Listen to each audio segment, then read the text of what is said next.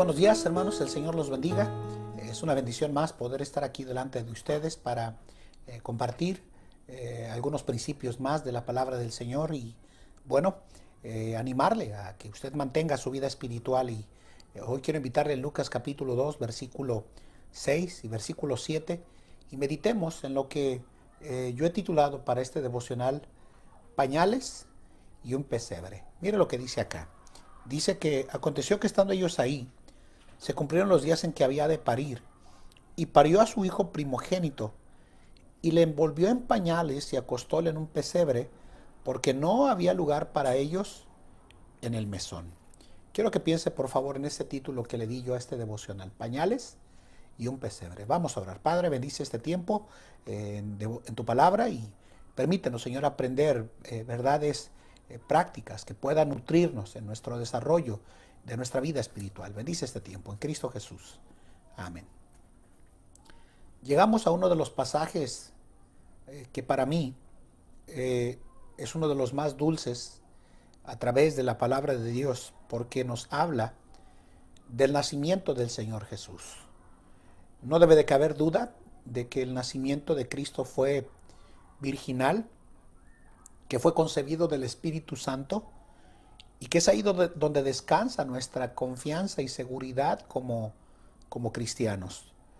José y María, como hemos visto en el devocional pasado, se quedaron ahí y llegaron precisamente en vísperas del periodo del alumbramiento de María en relación al nacimiento de nuestro Señor Jesucristo. Y como nosotros podemos ver a través de estos evangelios, tanto como José y María eran descendientes directos del linaje de el rey David, de tal forma que si durante el periodo en el cual nuestro Señor Jesucristo desarrolló su ministerio terrenal hubiera querido reclamar lo que por derecho le pertenecía a las promesas al rey David, bien hubiera podido tomar el lugar del trono y asumir el liderato gubernamental del reino en Judea, proclamándose precisamente rey de Israel. Pero como bien sabemos, él no es rey actualmente de algo terrenal, es rey en nuestro corazón. Es rey en nuestro corazón, más bien debería de ser el rey de nuestro corazón. Pero cuando yo veo estas porciones de la Biblia, no puedo sino sentir emoción y gozo mezclados, porque al leer estos pasajes, que por cierto me encanta leerlos, enseñarlos y predicarlos durante el periodo de la Navidad y cercanos a la Navidad, el pasaje es sencillo, es históricamente preciso, pero a la misma vez contiene en sí mismo una gran verdad espiritual que yo creo que vale la pena que nosotros consideremos desde ya en nuestra vida como cristianos. Recuerden que parte del fin de empadronar a la nación tenía que ver con precisamente como fin que Augusto César preparara un ejército potente que le llevara precisamente como algunos historiadores creen, que él quería hacer una imagen de sí mismo y deificarla y ser reconocido y adorado como un dios. Pero obviamente, firmando esa ley, obligó precisamente a un par de campesinos llamados José y María a dejar precisamente Nazaret de Galilea, dirigiéndose rumbo a Belén de Judea, para inscribirse y empadronarse ahí. Y el que obviamente terminó olvidado, sin ser adorado, fue Augusto César. Y el que nació precisamente en Belén de Judea y por los siglos ha sido adorado y proclamado rey de muchos de nosotros en nuestras vidas, es el Señor Jesucristo, que nació en Belén de Judea. Obviamente, hasta el día de hoy ese niño y ese hombre que llegó a convertirse en un hombre de 33 años y murió en la cruz, es a quien nosotros veneramos, adoramos y servimos como nuestro Rey de nuestras almas. Obviamente aquí en el capítulo 2, versículo 7, encontramos precisamente que nació el Salvador. Y ahora el escritor, quien es Lucas, se interesa precisamente, hermanos, por pequeños detalles humanos que nos recuerdan a nosotros nuestras responsabilidades cuando nace un hijo en el seno familiar. Se dice que precisamente, hermanos, aún en esos periodos de tiempo de nacimiento del Señor Jesús, debería de precisamente nuestra alma rebosar de gratitud a que nuestro Dios haya querido dignarse precisamente a venir a este mundo sucio y maloliente y humanarse para venir a pagar por nuestros pecados. Obviamente, quiero que medite por favor en este versículo que quiero que usted lleve en su mente y corazón en el libro de Hebreos, porque la primera venida del Señor Jesús tuvo que ver con pañales y un pesebre y con un establo, pero cuando el Señor Jesucristo regrese no va a tener nada que ver ni con pañales, ni con establos, ni con pesebre.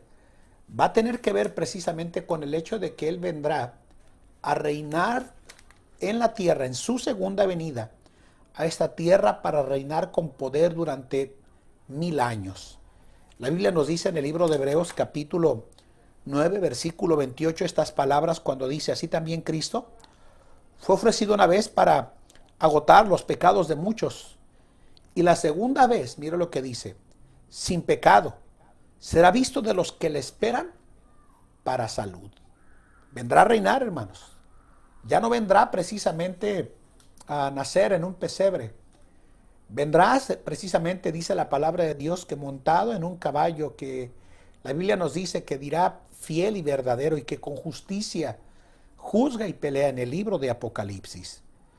Regresará otra vez y cuando lo haga, no será para venir a estar en un pesebre indefenso, sino que vendrá con poder y con gran gloria. Vendrá en esa segunda venida precisamente, hermanos, a establecer su reino milenial. Y es en medio de este periodo de la iglesia y entre el hecho precisamente de que Él vendrá a establecer su reino milenial, que se ha abierto una puerta precisamente de gracia para la humanidad, para que crean al que se humanó y que estuvo dispuesto a humillarse naciendo en un pesebre. Obviamente, antes de que venga para ese reinado milenial, el Señor Jesucristo nos llevará precisamente para precisamente que se cumpla lo que primero a los Tesalonicenses capítulo 4 versículo 13 al 17 nos dice, cuando dice que el Señor mismo con voz de mando, con voz de arcángel y con trompeta de Dios descenderá del cielo y los muertos en Cristo resucitarán primero. Y dice que luego nosotros, los que vivimos, los que hayamos quedado, nota lo que dice, seremos arrebatados para recibir al Señor en las nubes.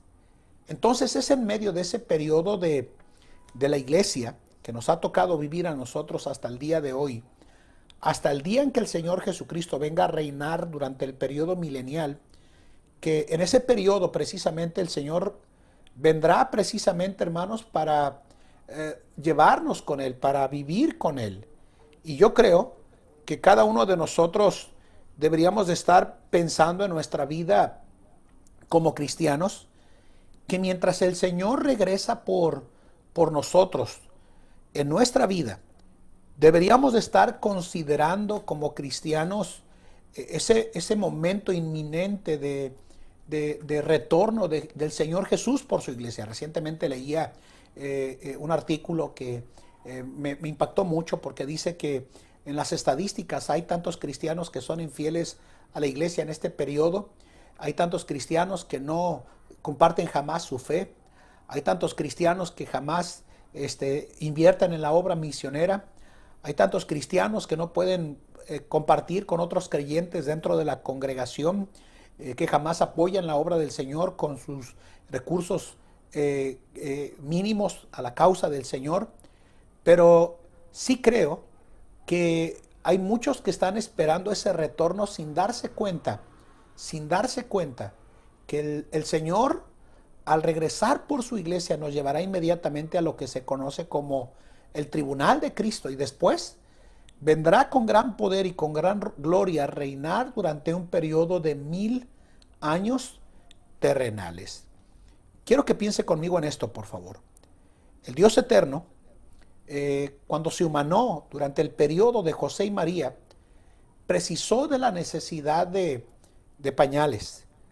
Aquellos que somos padres y hemos tenido bebés, bien sabemos precisamente que envolvían en este periodo histórico a sus bebés con tiras de tela largas, y básicamente sabemos los que hemos tenido bebés, ¿verdad? Lo que significa que un niño o una niña nazca en casa. Esos pañales, según algunos escritores, servían precisamente para proteger sus extremidades y darles firmeza. Pero este es el pensamiento que yo creo que debe de primar en nuestra mente y corazón para este devocional. ¿Acaso no son los pañales para casos de incontinencia? ¿Qué acaso estos pañales, hermanos, no tienen como fin en nuestra vida como cristianos que nosotros entendamos que es para proteger a bebés, para cuidar los esfínteres? Al final de cuentas, no es como hoy, ¿verdad?, que se tienen pañales desechables y antes se lavaban y se volvían a utilizar. En la primera venida que el Señor Jesucristo hizo a esta tierra, vino y se humilló. Y obviamente, el primer evento inmediato que ocurrirá cuando el Señor retorne por nosotros es que nos llevará para vivir para siempre con Él. Por eso Pablo dice en primera a los Tesalonicenses 4 que debemos de alentarnos los unos a los otros con estas palabras. Obviamente, en esa segunda venida, a reinar sobre la tierra, ya no serán pañales y un pesebre. Será para que cada una de las personas le rinda cuentas al Señor. Primero, como dijimos, ocurrirá el rapto de la iglesia y el cristiano dará cuentas por lo que haya hecho mientras estaba en el cuerpo, sea bueno o sea malo, como dice 2 Corintios 5:10, Romanos 14:10 y 1 Corintios capítulos 3, versículos 12 al 15. Pero es bueno saber que, como Pablo dijo, es necesario que todos nosotros, una vez que seamos arrebatados, comparezcamos ante el tribunal de Cristo para recibir lo que haya hecho mientras estaba en el cuerpo, sea bueno o sea malo. Y creo que eso nos debería de poner a nosotros como cristianos a pensar en el hecho de que sí es cierto, la primera venida tuvo que ver con pañales y un pesebre.